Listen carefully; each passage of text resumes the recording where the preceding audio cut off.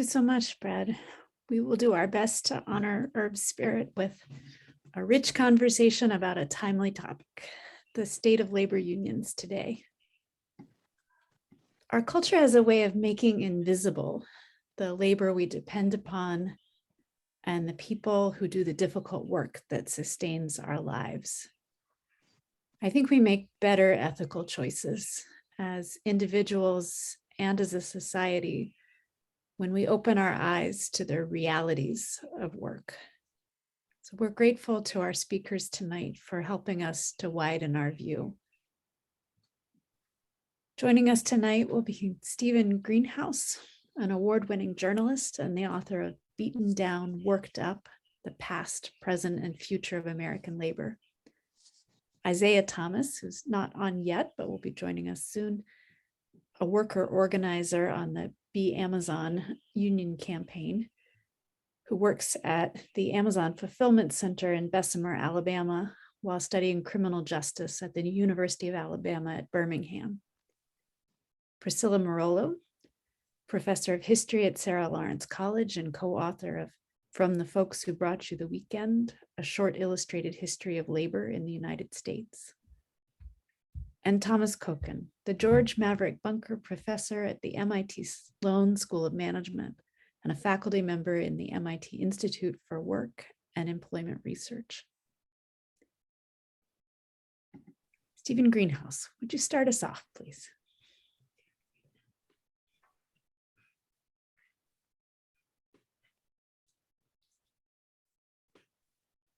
Well, thank you for that. Oh, I hit the wrong button. Sorry, I hit the wrong button. Oh, I gotta do one more thing. Sorry, I'm not great. Let's just do it again. No problem. Yeah.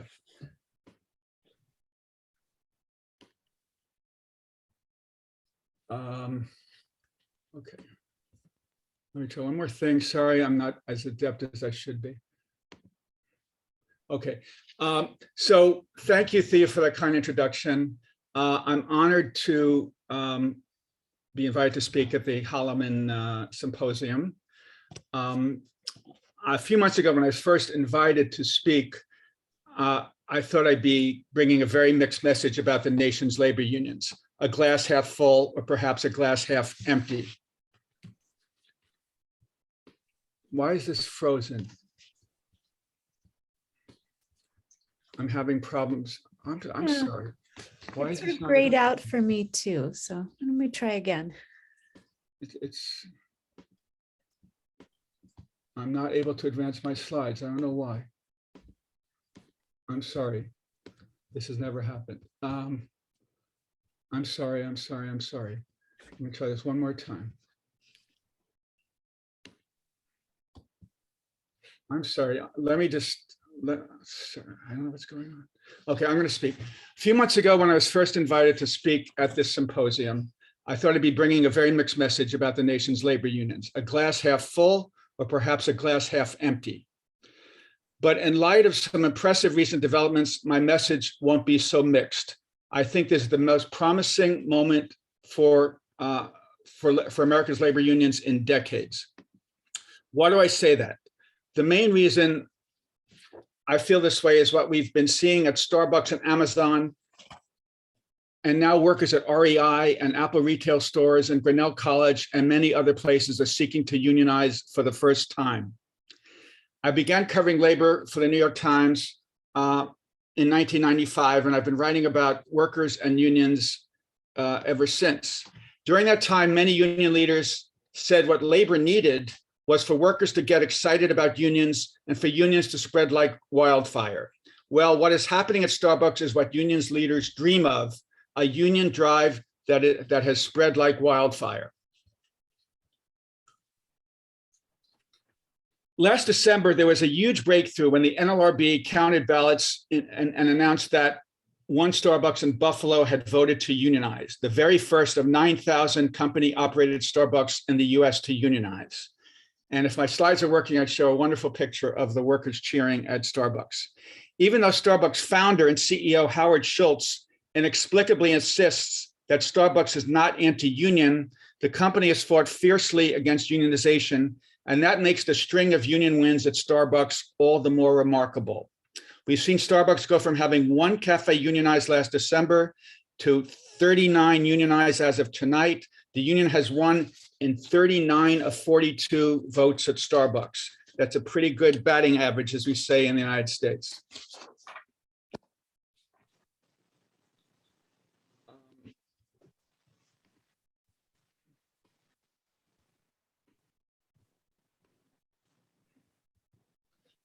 It's still not letting me advance this. I'm very sorry. Okay.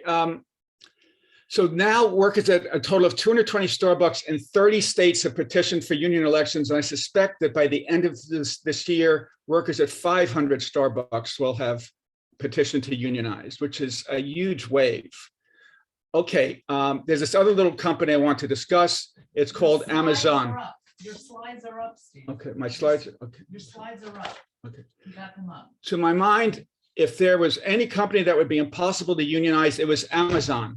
It's dauntingly big, a $470 billion colossus. That's the nation's second biggest company after Walmart. Second, Amazon is ferociously anti-union. It's the only company I've heard of that puts anti-union posters in the bathroom stalls, so you're forced to look at their anti-union propaganda while you're sitting on the can. A third reason it's so difficult to unionize Amazon is it just plain logistically, it seemed overwhelming to unionize a warehouse with over 5,000 workers. And the one that was unionized in Staten Island has 8,300 workers. It's one thing to unionize a Starbucks with 25 workers. It's a whole different level of magnitude, order of magnitude, to try to unionize a warehouse with 8,000 workers and get a majority of them to vote in favor of unionizing. A fourth reason Amazon seemed impossible to unionize is that Amazon has humongous employee turnover. The average Amazon worker leaves after 8 months. And that's because of all the stress, the constant monitoring, and the brutal speed of the work. That high turnover rate makes it extremely hard for union organizers to reach the thousands of workers at a warehouse when Amazon is constantly hiring tons of new people. But a new upstart union founded by a fired Amazon worker, Christian Smalls, managed to get a majority of the 8,300 Staten Island workers to vote to unionize. It was the first Amazon facility in the US to unionize. As Joe Biden would say, it's a big effing deal.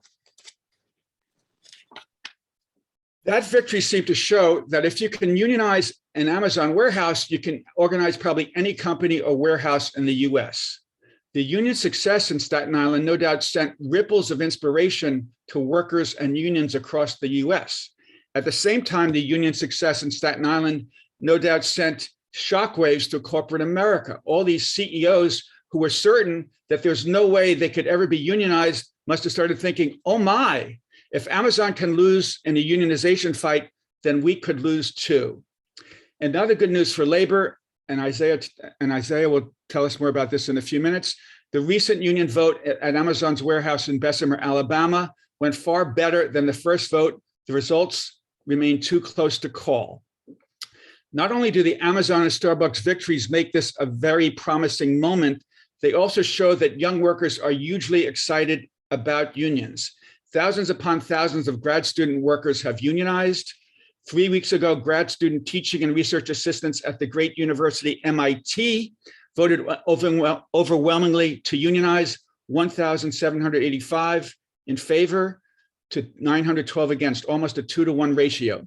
Thousands of adjunct professors are unionizing. As some of you may have heard, undergraduate student workers are unionizing for the first time at Grinnell, Dartmouth, Hamilton, Kenyon, and Wesleyan. This week, students at Grinnell in Iowa voted 327 to just 6 to form the first wall-to-wall undergraduate student workers union in the US. And several thousand journalists have voted to unionize in recent years, and museum workers in Chicago and LA and New York and elsewhere, and young workers at nonprofits, at the Audubon Society, at the Center for American Progress and elsewhere have unionized. So are some video game workers and an REI store in Manhattan. Now, in a thunderbolt for the tech world, workers at Apple retail stores in Atlanta and New York are pushing to unionize. A rock climbing gym in Virginia has unionized, and so did the touring company of the musical Waitress.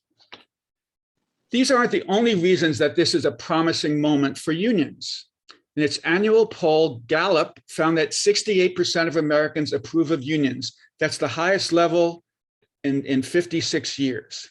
And more good news for labor, Gallup found that 77% of young Americans aged 18 to 34 approve of unions.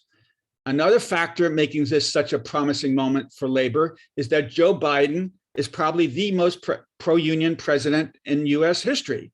Another factor boosting labor is the very low unemployment rate, just 3.6%.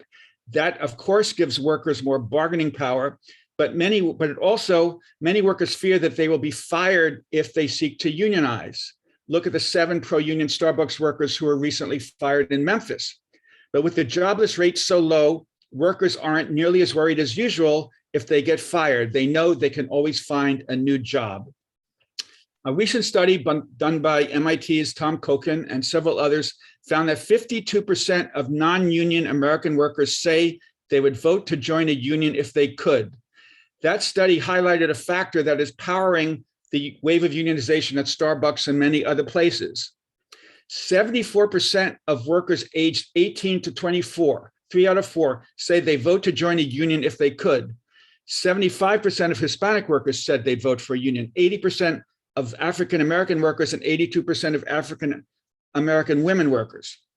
Worker anger is also fueling this pro-union movement. Many workers are angry about how shabbily their employers treated them during the pandemic. Anna Martinez, a McDonald's worker in San Jose, California, told me that her employer didn't provide masks, gloves, hand sanitizer, not even soap for the workers to wash their hands. Some McDonald's workers in San Francisco complained that their boss told them, sorry, we don't have any face masks, use a coffee filter instead to protect yourself. America's essential workers put their lives on the line day after day during the pandemic, whether supermarket cashiers, delivery workers, bus drivers, hospital workers, or meatpacking workers. Many were outraged that their employers didn't pay them an extra $2 or $3 an hour in hazard pay or hero pay.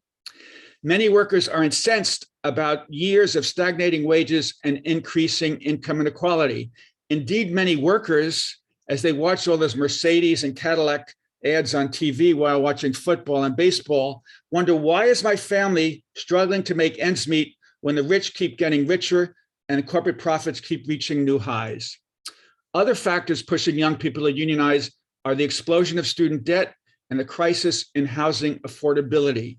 Many young people are no doubt frustrated when they hear that theirs will be the first generation in American history to live worse than their parents.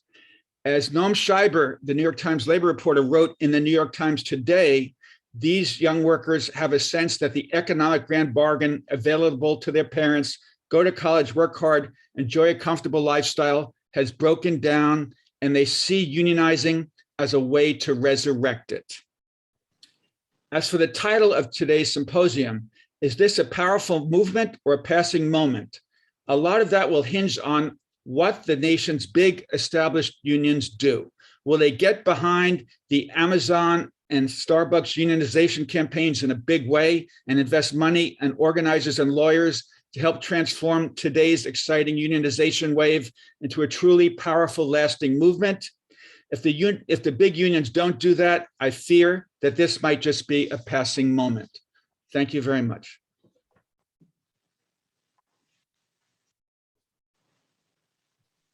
Thank you very much, Steve. You're And welcome. welcome, Isaiah. We're so glad to have you. Thank you. And I believe that you were walking right into your turn. So Oh, great. Great. let us know what's going on for you. Yes, I It's just Isaiah's got- 21st birthday. Yes. Congratulations. Thank you very much. Thank you. I just got off my scheduled shift at Amazon. And I was like, I need to get back in a hurry. And I got here and I'm so glad I'm back in time.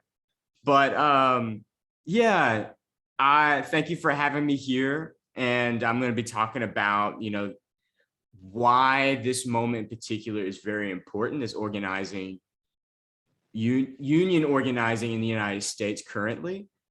And the challenges and the strategies moving forward and why I got involved in particular.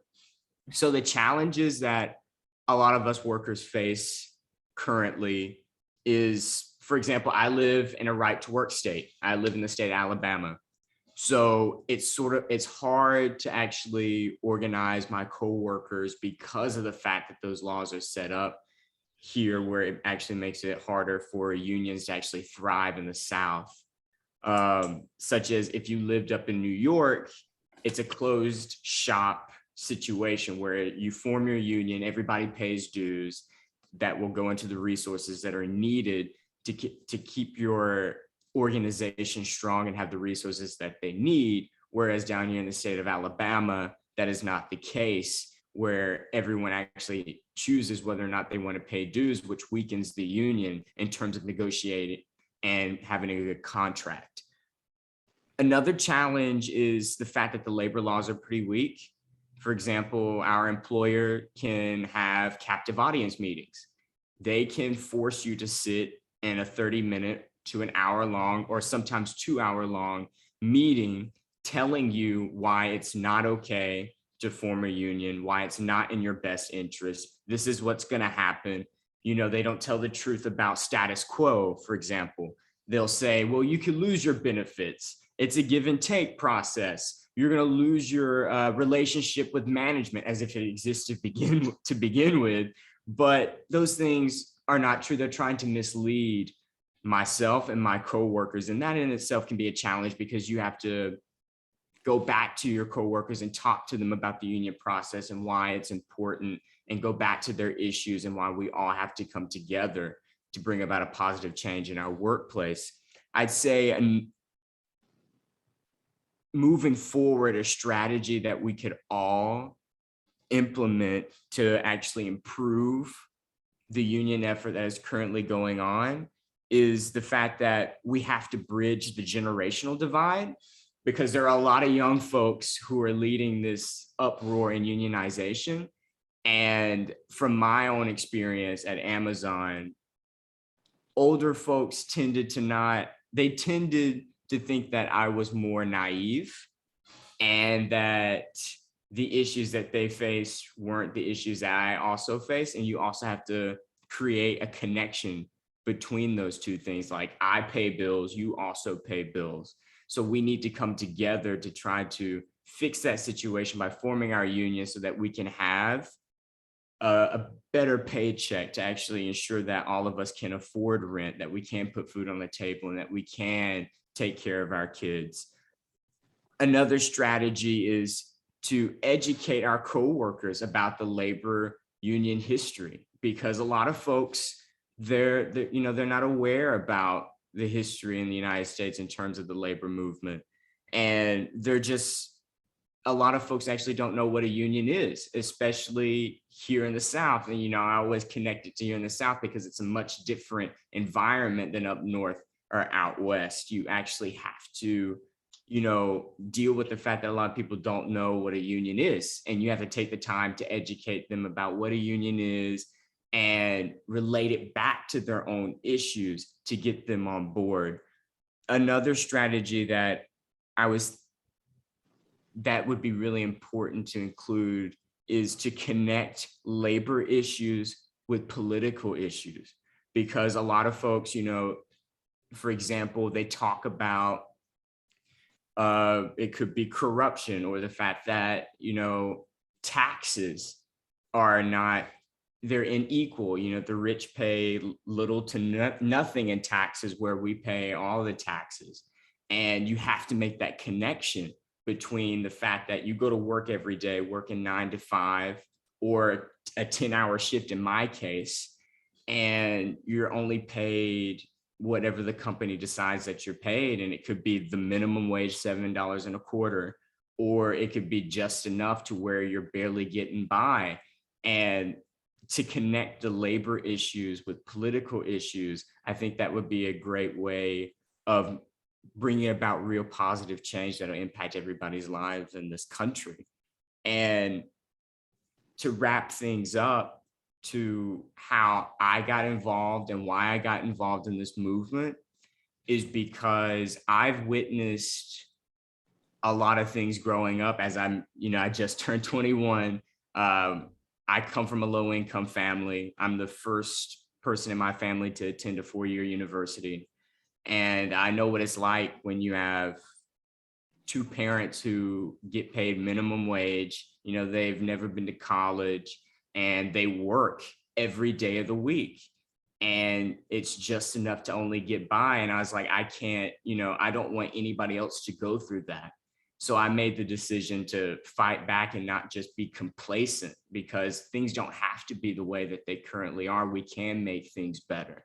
And the only way that we can do that is by coming together, finding the issues that we all face, and talk about solutions that we can do together that will actually impact everyone's life. Thank you so much. Really appreciate you grounding us in the experience of your family and of your coworkers. You mentioned that learning and sharing the history of unions has been really central. And I'd like to turn to Priscilla now to give us more of that perspective. Well, I'm a historian, so everyone on this panel, I think, is going to offer a different perspective on this question that we have of what's the likely impact of worker uprisings that are unfolding across the United States now. But I think on one thing we're all going to agree, and that is that what happens over the long run is going to hinge to a large degree on politics. And by politics there, I mean the laws, the enforcement mechanisms, the public policies, the electoral coalitions, and the legislative agendas that inside of which the labor movement operates. And so with that in mind, as the resident historian, I want to first to establish that everything that's happened in the past tells us that significant advances for unionism, that is growth that's not simply momentary, requires a favorable political climate. And never was that pattern more evident than in the astonishingly swift growth of unionism in the private sector in the United States from the mid-1930s to the mid-1940s, and the gigantic surge in public sector unionism during the 1960s and 70s. So from 1935 to 1945, private sector workers in this country gained a whole raft of new protections. Especially important for our purposes tonight was the National Labor Relations Act of 1935 that enshrined workers' right to organize in the private sector and set up mechanisms to enforce that right. Also important, and also often forgotten, is that during World War II, the National War Labor Board that oversaw production in the private sector established maintenance of membership arrangements that made it the norm for new employees to join unions. That's how we got the union shop in most instances, and required that employers collect dues, union dues, through payroll deductions. The National Labor Relations Act and the maintenance of membership arrangements are really the main reasons that union membership in the United States shot up from about 3.5 million in early 1935 to 15 million 10 years later at the close of World War II.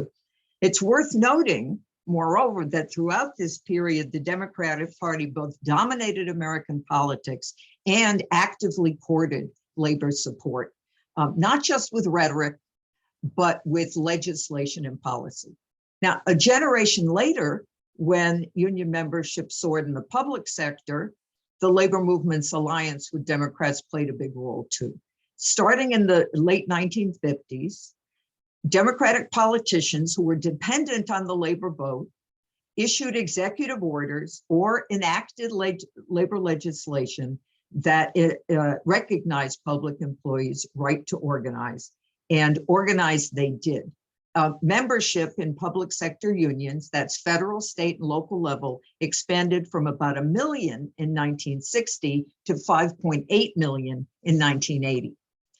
So if unions' capacity to grow owes so much to a favorable political climate, we might feel skeptical, to say the least, that we stand on the threshold of big advances, comparable to those that I've just summarized. But before we draw that conclusion, it's important to consider another more fundamental question about historical causes. And that is, how did political climates favorable to unionism materialize? How did we get them? In the 1920s, unionism faced a very hostile political climate, including deportations of labor activists, scores of injunctions against strikes, brutal assaults on picket lines. How did the National Labor Relations Act become a possibility? Partly, it's the Great Depression that paved the way. It swept the Democratic Party into control of Congress and the executive branch. And it also, the Depression, encouraged government at all levels to experiment with reforms that promised to revive the economy by putting money into workers' hands. But more important, I would argue, were Depression-era developments in the streets. First, a wave of strikes in agriculture, where unionism had been basically unknown. Next, mass marches and other protests of the unemployed. And then from spring 1933 through spring 1935, a tsunami of more than 5,000 strikes that mobilized several million workers, all of them, in virtually every case, battling to establish new unions or revive old unions that had been weakened or entirely destroyed during the 1920s. These were often violent confrontations. More than 100 pickets were killed in this period. Untold numbers were injured, and at least 18,000 served time in jail. The National Labor Relations Act, which was signed into law in July of 1935, offered a remedy to the chaos. Now, we could regard it as the Democratic Party's concession to allies in organized labor, and it was that to some degree. But more fundamentally, it sought to make labor relations governable. That is, to replace strikes for union recognition with federally supervised elections, and to compel employers to bargain with unions who had been established in that way. This didn't entirely eliminate employers' violent resistance to unionism at all, and nor did it eradicate street actions by workers who were seeking to enforce their rights. But the National Labor Relations Act significantly improved the climate for unionism in that it made it possible for workers to pursue collective bargaining without risking arrest, injury, or death.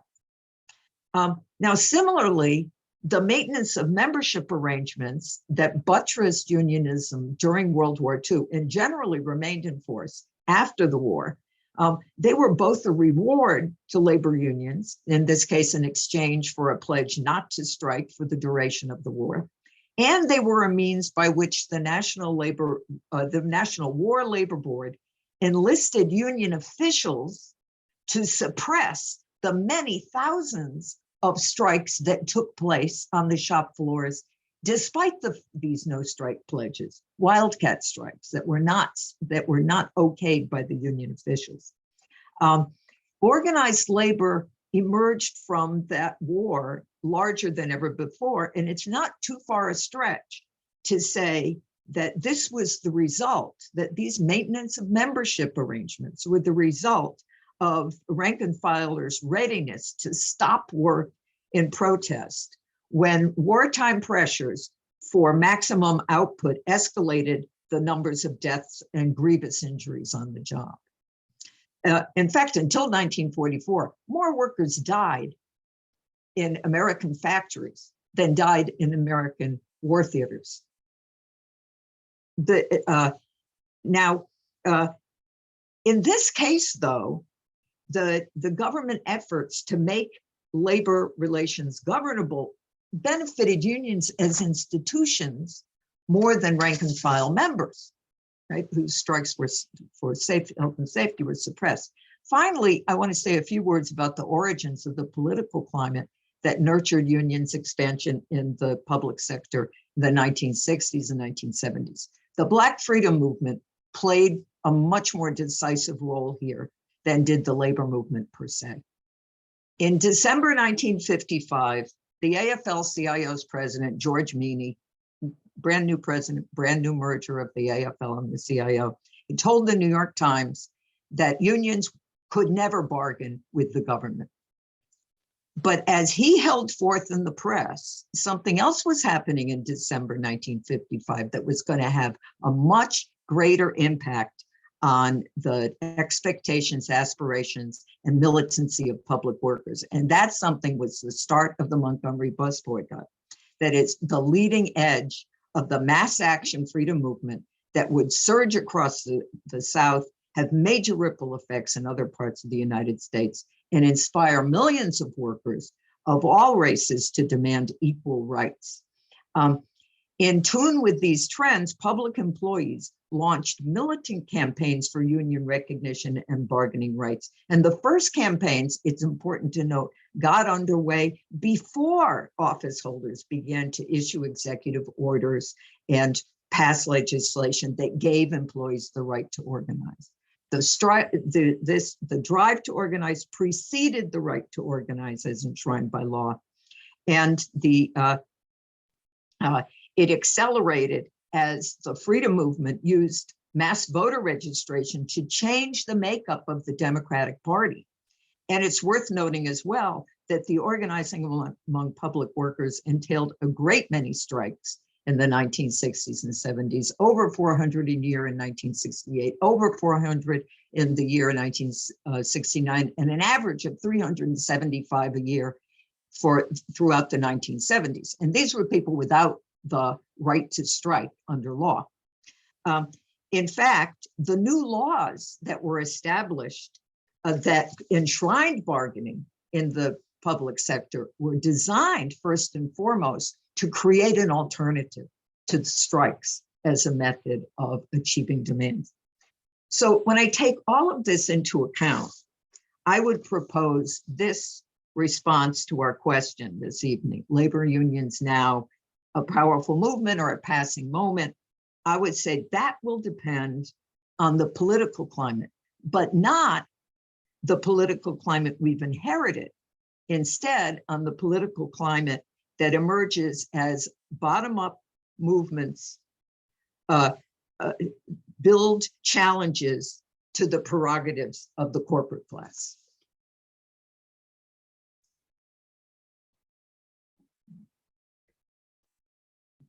Thank you so much, Priscilla.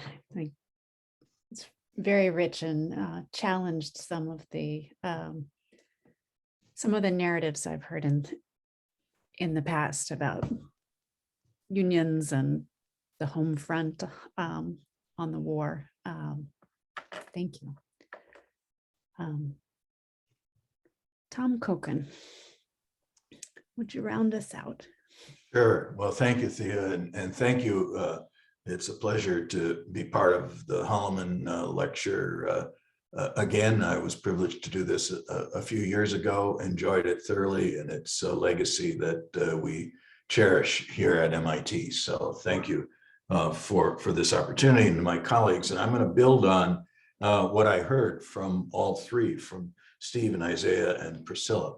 And Steve started us off, well, the big debate is whether this is a historic moment or a passing moment. And I do think that we have to reflect first a little bit on some of the things that led up to this development of this upsurge.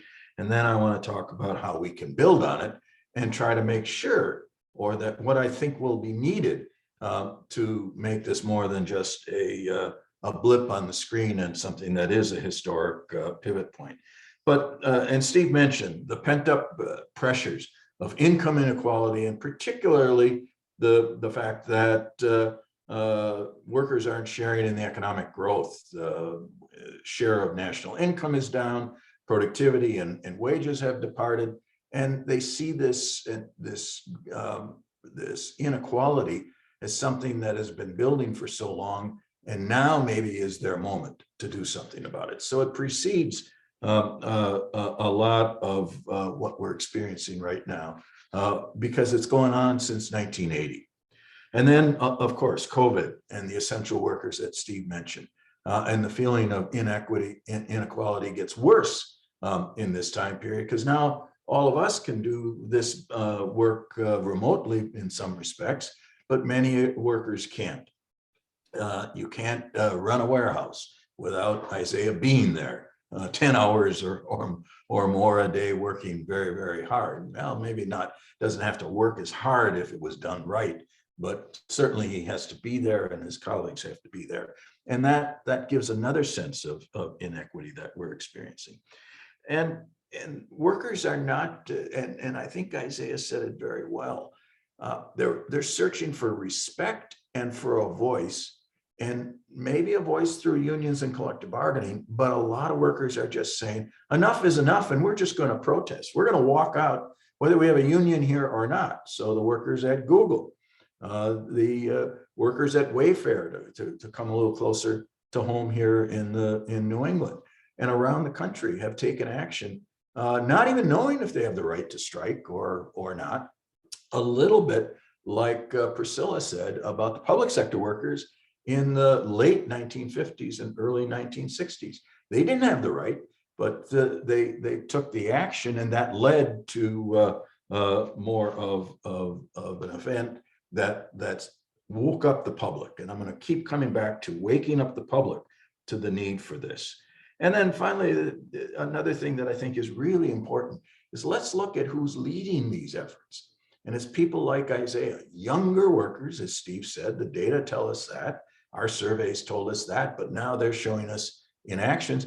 And the group that has increased their interest in unions in our surveys the most are now, as Norm Schreiber said, it's the professionals. It's college educated young people who may not be experiencing the kind of careers that their parents experienced when they got finished with their education. And they can see you can see the frustrations in that group. They have shown a big increase in interest in organizing. So those are some of the additional, just reinforcing what was said, but putting a little bit more of a fine point on it. Now, so what will it take for this to be more than a passing fad? And I think that could be a discussion that we all have together. And I'm just going to prime the pump a little bit with some of my own thoughts on this. And the first thing is, this has just got to continue. The fact that we're seeing, let's look at the curve of organizing at Starbucks. It starts with a small number in Buffalo, then it goes to a few other cities, then it goes to a few other, and now it's growing by an exponential number. And we have a graph of it in another program, and we're gonna publish it very soon, where it just shows they're now up to well over 6,000 workers eligible to vote in an election, and well over 200, 240, and the number keeps changing every day of stores that are filing for a petition. That kind of growth is unprecedented, and it's a snowball effect. And the fact that Amazon organized and made the courageous steps in Bessemer and then in Staten Island, and now another election in that region, there's going to be more of that. But we've got to keep this going, because as Priscilla said, that National Labor Relations Act didn't come by accident. It came because of the organizing and the strike activity that she recited from 1933 to 1935, and the public sector too. The state of New York passed something called the Taylor Act in 1965, not because it came out of the blue. It came out of strikes that were occurring in transit and in schools in the early 1960s. And they said, this isn't sustainable. We got to find a way to engage it. So we've got to keep that moving. Second, and so I think this will have more of a snowball effect. And Steve recited some of the other sectors in the media and other areas where we're seeing a lot of action. So That's got to be sustained for a while, even if it isn't successful. The second point, and I think here again, I'm gonna echo a bit of what Priscilla said. The only way we will make progress is if we get the public educated to these issues and we get the public as allies. So in the Starbucks case, it's their customers who have to stand in those damn long lines. I won't go to Starbucks, not because even before the organizing, because I was opposed to the I won't stand in the long line. And they're understaffed, and the workers are absorbing the pressure, and they would absorb the pressure of me, a cranky customer, by the time I got to the front of the line. Well, there are solutions to that. And we've got to work on getting the public and particularly getting the customers as allies.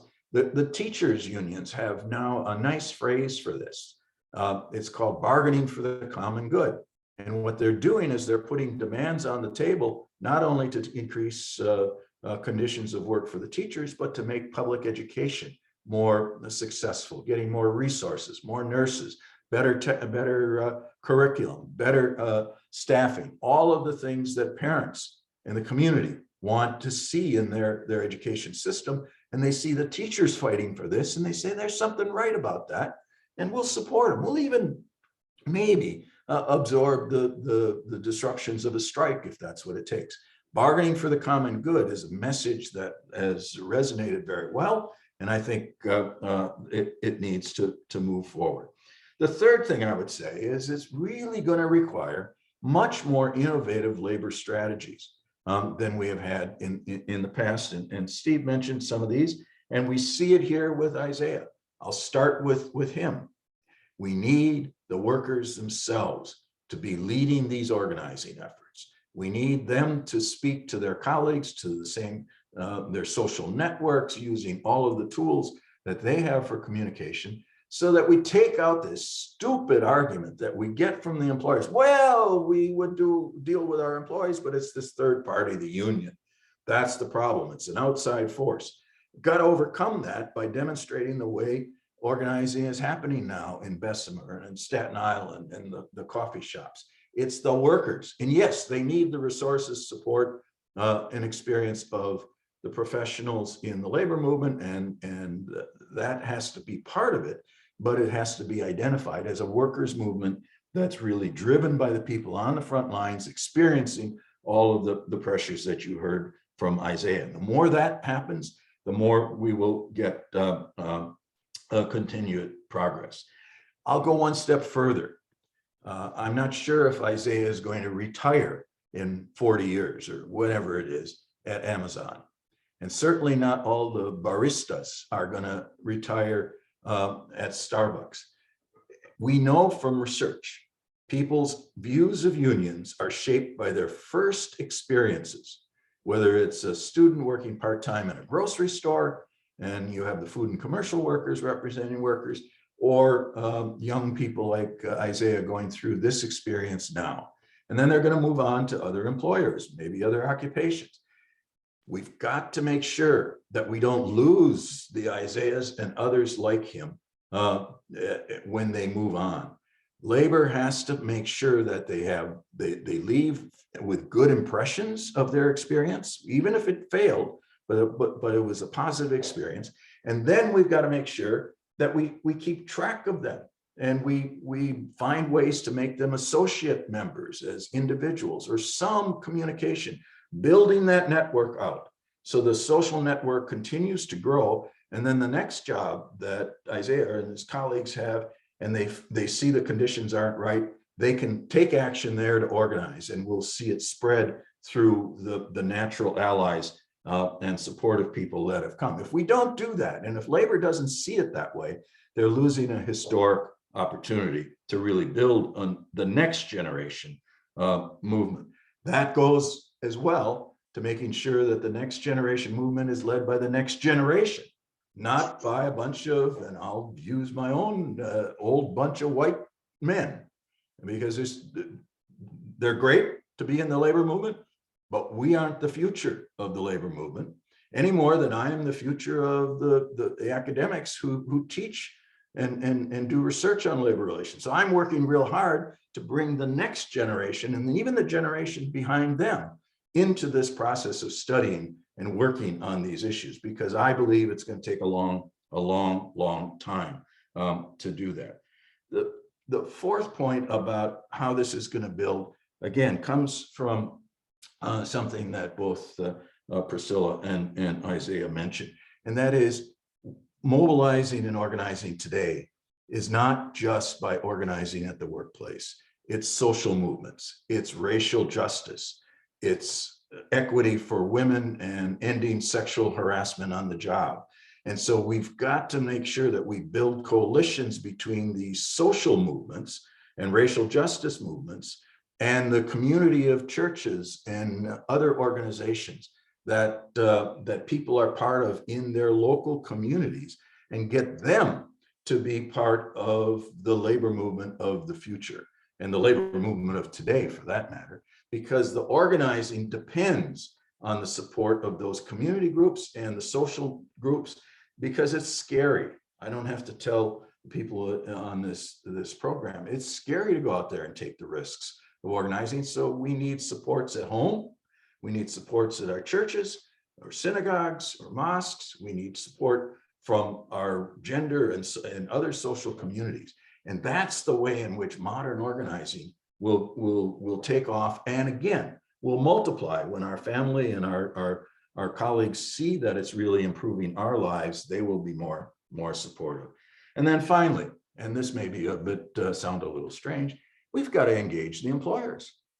These are employment relationships. Now, I don't expect, I mean, we've lived in this world long enough to know that business largely is not going to roll over and say, we now accept and love unions. But there will come a point when, at least the Starbucks case, where the CEO has to ask himself, am I better off now beginning to start to deal with these worker and union groups because I'm losing too much, too many times? My customers are getting angry. My investors are getting angry. The public is not behind me, it's behind them. And maybe I got to find an alternative.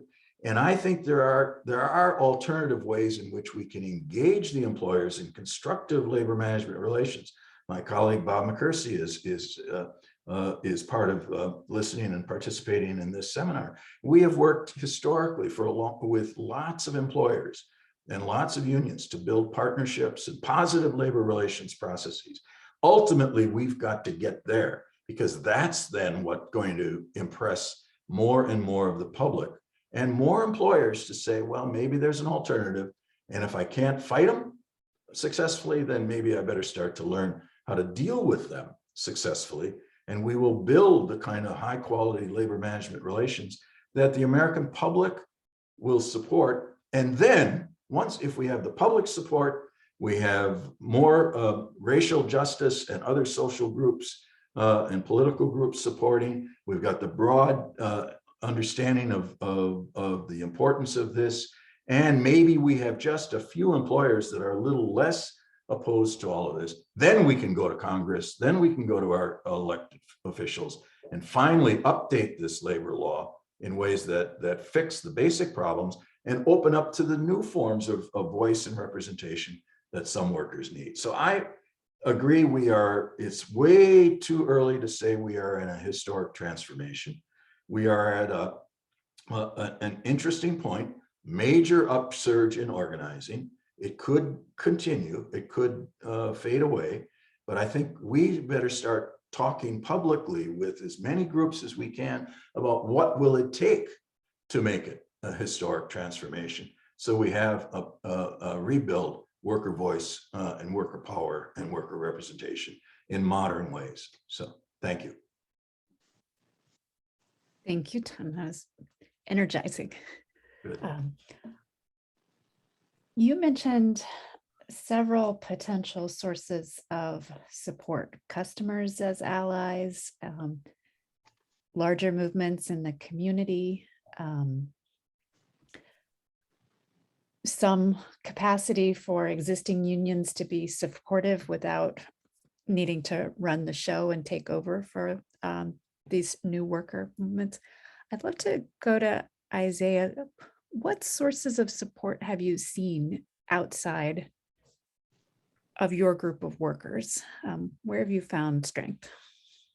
Yeah, so outside of just me and my coworkers and the RWDSU that's helping us out, I've seen a lot of support from my fellow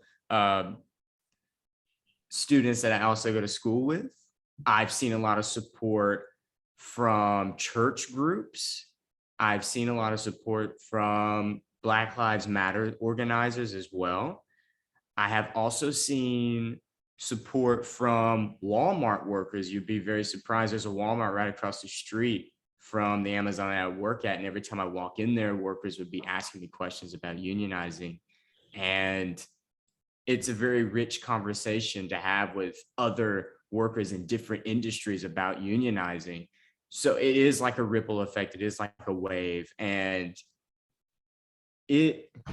for me, it has been a learning experience about how much unionizing can actually bring about consciousness in other folks, and how they will support you in your efforts in trying to improve your working conditions and your workplace.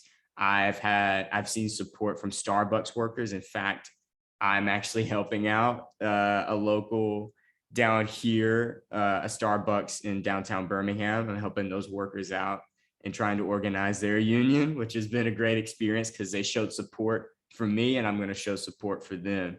So all around, I've seen a wide web of different social groups supporting our campaign. And I think it's important that I do the same for them as well. Thank you. We have a question from an attendee that I think might send to Priscilla first, but anyone can comment on it. Says there's a correlation between the number of working class people in a state and support for Republicans. That seems like an anomaly of sorts, since Democrats hold themselves out as the party of working people. Could you comment on this phenomenon? Yeah, I'm not maybe controversial. What I think that the new Democrats, the neoliberal Democratic Party that really solidified in the administration of Bill Clinton, has been fundamentally, at best, rhetorically supportive of labor. And we have not really seen, the minimum wage is a good example. It didn't budge under Democratic administrations, didn't budge under Republican administrations. In fact, I think the last raise was under a Republican. So there's the strategy, political parties are about coalitions, and political parties have always been run by the elite, and the elite are trying to figure out what is their vertical coalition. How are they going to get a lot of people who are not their class equals to support their agenda? And for the Democratic Party in the mid-20th century, that had a lot to do with courting the labor movement, or at least sectors of the labor movement. They also destroyed a lot of the labor movement when they unleashed the anti-communist crusades after World War II and made it impossible for the so-called red unions, some of the strongest unions in the CIO, to continue to operate. But they formed an alliance with some unions, but that's over. And right now we have people from the Obama administration supporting the Amazon corporate agenda now. And I'm not surprised. How could I be surprised that the voters in states that were so impoverished by trade deals that were supposed to, we're going to be wonderful, it's going to be wonderful, everyone's going to be retrained, everyone's going to become a computer programmer. I come from Waterbury, Connecticut. It's been destroyed. What the brass capital of the world is now not got a single brass mill. It's been terribly impoverished. So yeah, there are a lot of people in Waterbury who voted for Democrats because they were good union voters and now do not support them. And I can't defend the Democratic Party with that.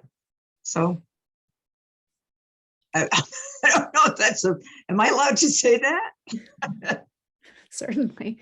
Now, Steve, you mentioned the Biden administration being, you thought, the most supportive of unions in many years.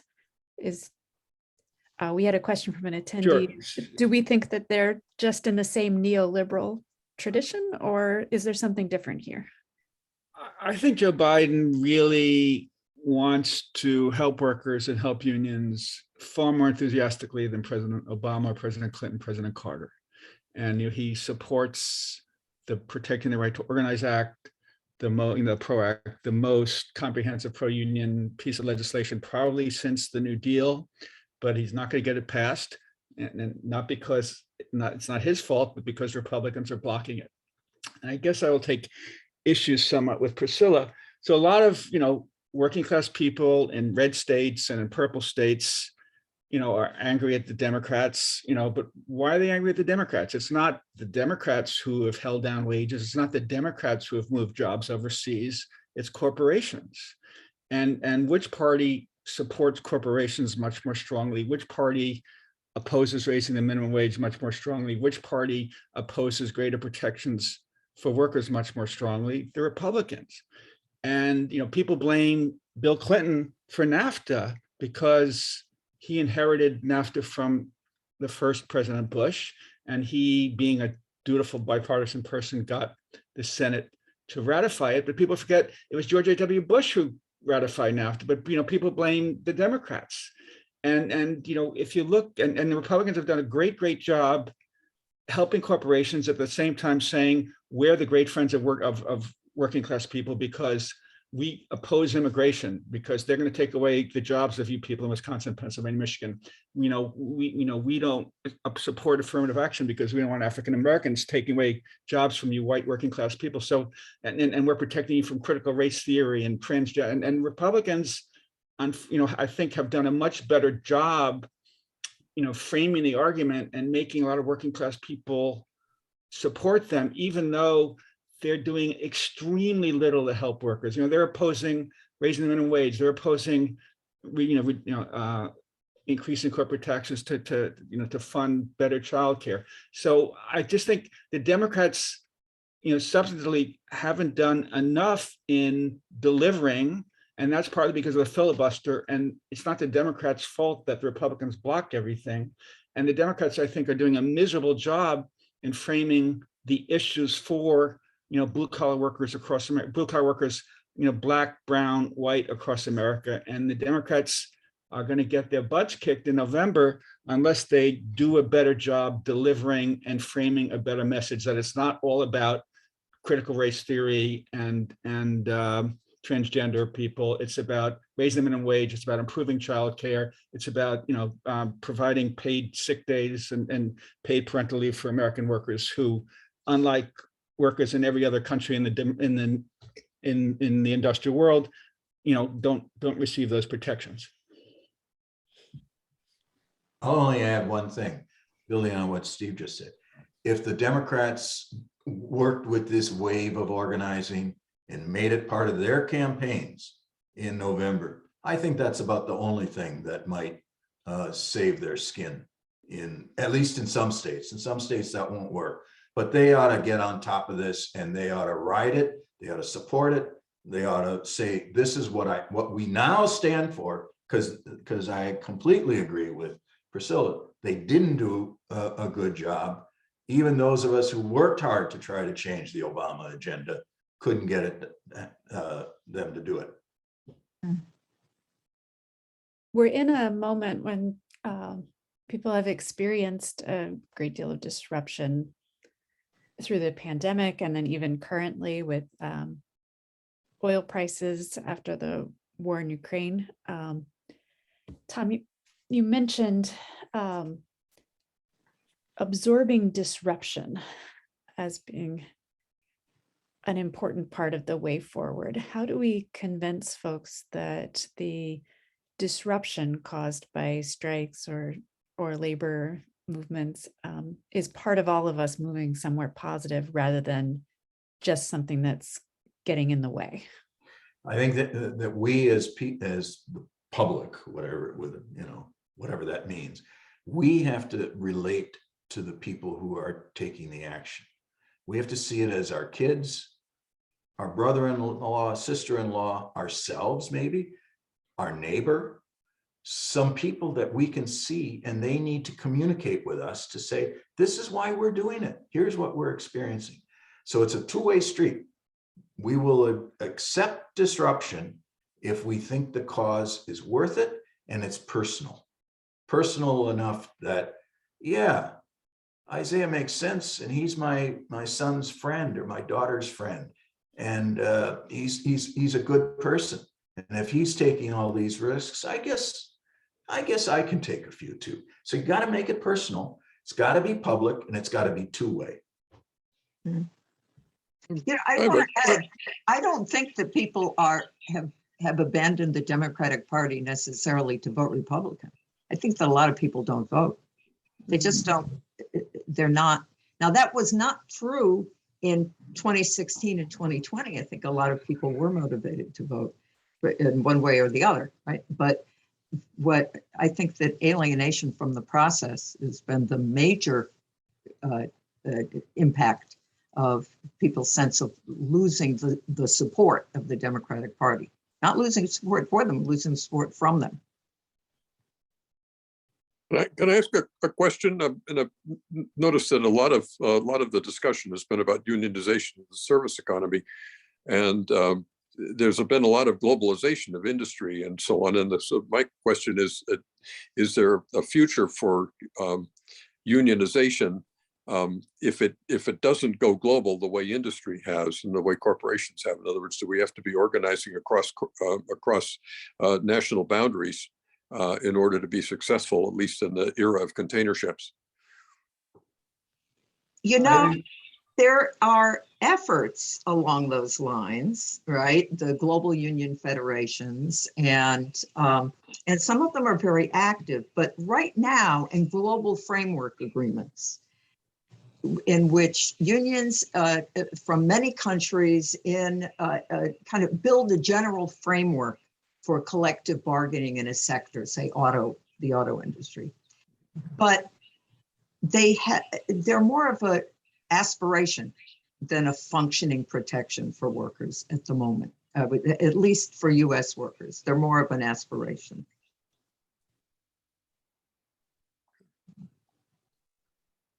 If I may just interject. So, ever since we've seen this huge wave of globalization of factories and operations moving overseas since the 1980s, I think a lot of industrial workers, manufacturing workers in the United States have become more gun shy about unionizing, because management often hints that if you try to unionize, that will speed our exodus to China, Vietnam, Sri Lanka, Honduras. And, I think the labor movement in the United States and in some other industrial countries is taking baby steps toward, encouraging unionization in other countries. NAFTA, what's left of NAFTA, has been revamped in an important way, pushed very hard by unions in the United States to make it easier for workers in Mexico to have true independent unions that aren't under the thumb of the government or under the political party. And that should help lift Mexican workers and indirectly make America more competitive against, vis-a-vis Mexico. But we should all be very pleased that, thanks to the improvements in NAFTA, which were pushed through by Pelosi and labor unions, things will get better for many Mexican workers because the unions there will be more legitimate. But it's, that's just one country.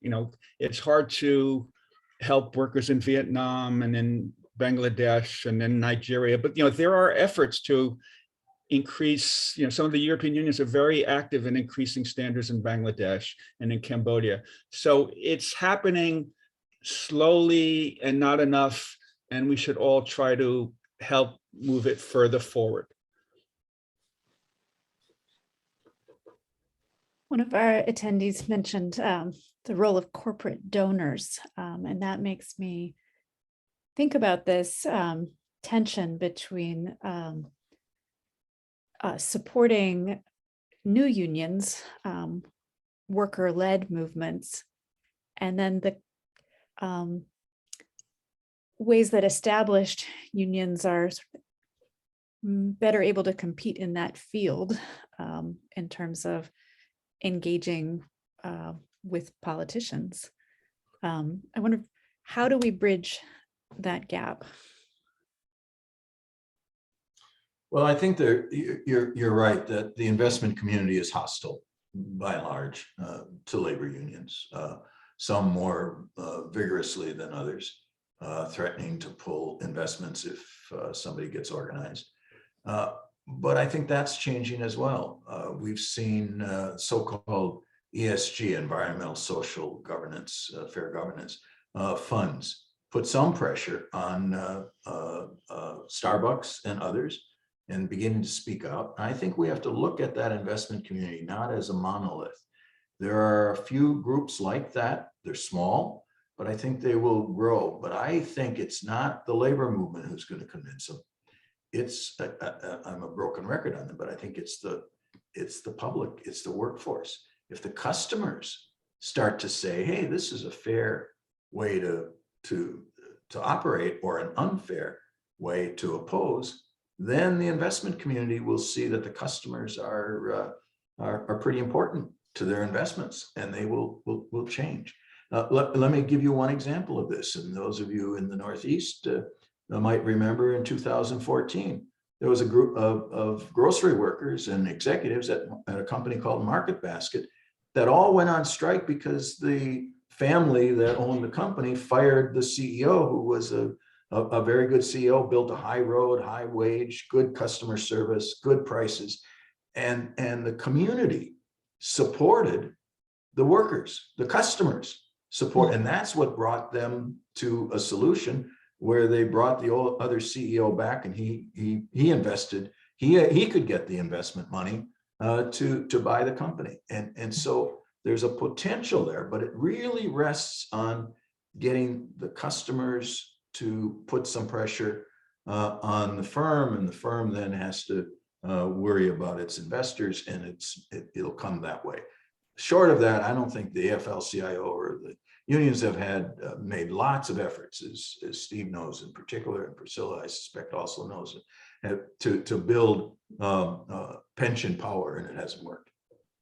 If I might just add, so hopefully, the AFL-CIO, the other large unions, in the lobbying they do, they'll lobby for laws that will make it easier to unionize. That would redound to the benefit of smaller unions like the Amazon labor union that went in Staten Island, or the unions trying to unionize Starbucks. And let's not forget that, unions, as powerful they are in contributions, they're humongously outweighed by corporate contributions. Statistics from Open Secret say in the 2019-2020 election cycle, business gave just under $6 billion in contributions, 26 times as much as labor, which gave less than 250 million. So if you wonder why it's so hard to pass a higher minimum wage, it's so hard to enact, a parental leave laws, it's because corporations really, with their huge contributions, go far to call the shots in Washington. Mm-hmm. I'm curious, Isaiah, we've talked a couple of times about customers as allies. What would it look like for Amazon customers to truly be your allies? That's a really good question. And I was actually talking with my coworkers today about, actually. So, I mean, if customers that were actually to boycott Amazon and be like, I'm not going to buy your products, how that would actually affect us workers inside the fulfillment center would actually be horrendous. Because if there's nothing, so I work in ship dock. My job is to ensure that the packages leave the fulfillment center, which then go to a distribution center, which then from the distribution center will reach your doorstep. if customers stopped, buying products, then we would get nothing that would come down. Now, of course, if we were to go on strike and then customers stop, then okay, then that would be a good sign. But if, we're trying to organize our union and we're still fighting the company to get recognition, and workers and customers were to stop, then that would actually cause some type of tension between customers and workers, because we have to face the fact that a lot of folks are still trying to get a paycheck at the end of the day, right? They have to feed their families. And if work is not coming down, what the company would try to do is try to VTO a lot of workers, which is voluntary time off, and workers don't get paid for that. So it's a question that I've been speaking with my coworkers about. And, I have to honestly say, I'm not for sure what would be a good step forward for Amazon customers to support us Amazon workers.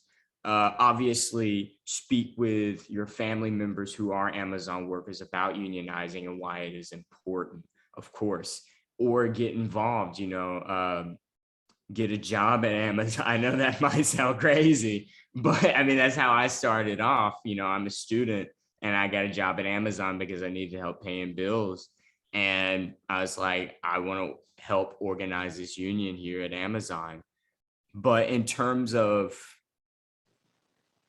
a lot of, Americans buying Amazon products and how that would actually benefit us workers, yes, we do go through horrendous conditions at Amazon.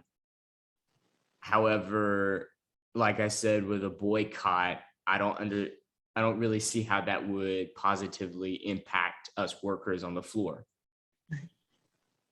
I'm talking too much, forgive me, but I'm going to add. So, as you know better than anyone, I say, Amazon is like the 8 billion pound gorilla. It's like, it's so powerful in the nation, and it's, so many people kind of rely on it. It's going to be very, very hard to get an effective boycott. People ask me, well, what happens if Starbucks basically refuses to negotiate with the union? What happens if Amazon refuses to negotiate? I think a lot of public and consumer pressure can be brought on against Howard Schultz, because there are a lot of liberal progressives, but I think it'll be much harder for consumer pressure on Amazon. Having said that, I think, the way to pressure Amazon is to get consumers' friends to pressure the government to take antitrust action. I think there are many ways, and you've heard Bernie Sanders say the past few days, Joe Biden, you should cut off giving federal contracts to Amazon, and Amazon gets tens of billions of dollars in federal contracts unless it stops violating, labor law. So I think there are ways for people who sympathize with the Amazon workers, call them consumers or not, can pressure Amazon quite successfully.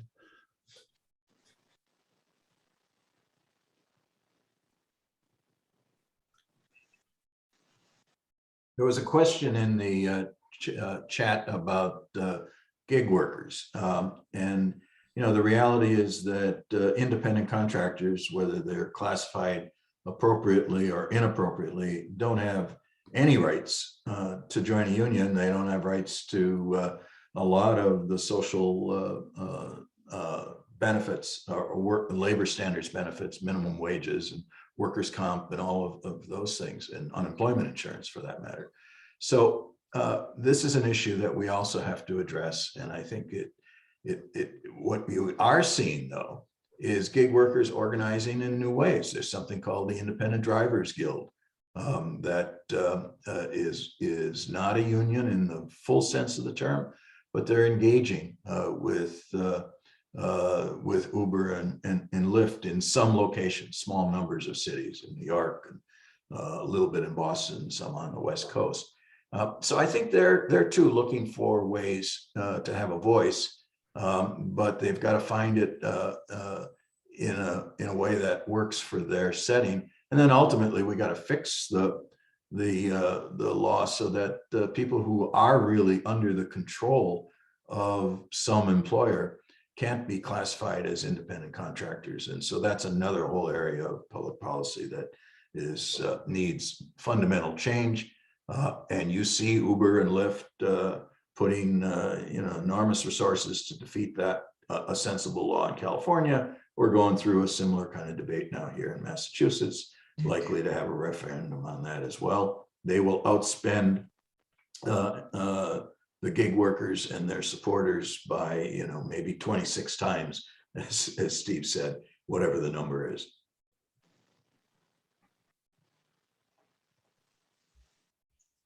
I think that there are, one issue with this is that the labor movement is not really all on the same page of how to approach this issue.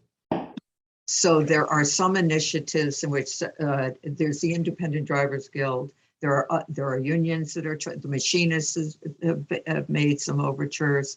There are a lot of different agendas, and this is going on in Pennsylvania's got these initiatives now. There was a initiative in Connecticut. There was kind of a legislative initiative that was pulled back because of differences in the labor movement. So one of the things that we need is something approaching a battle plan that is not a free-for-all, where half a dozen organizations are trying to pursue different strategies and tactics for organizing gig workers. That's right. They're same divisions in Massachusetts. Yeah.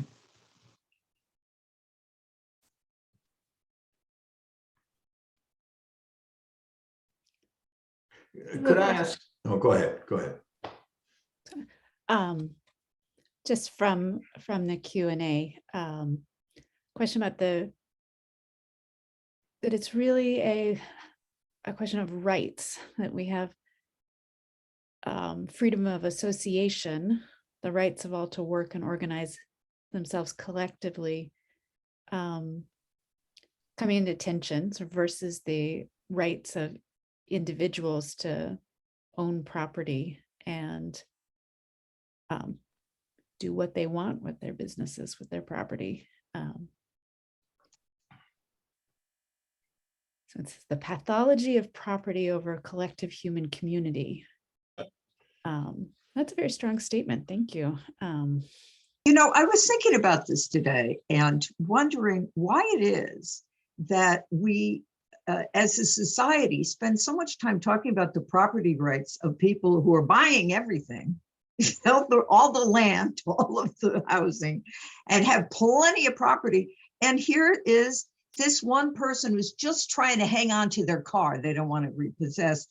What about that person's property rights? Do they have a right to live?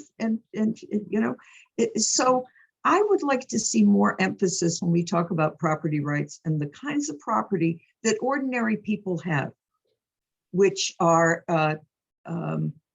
small things, and people are losing them to predatory lending, to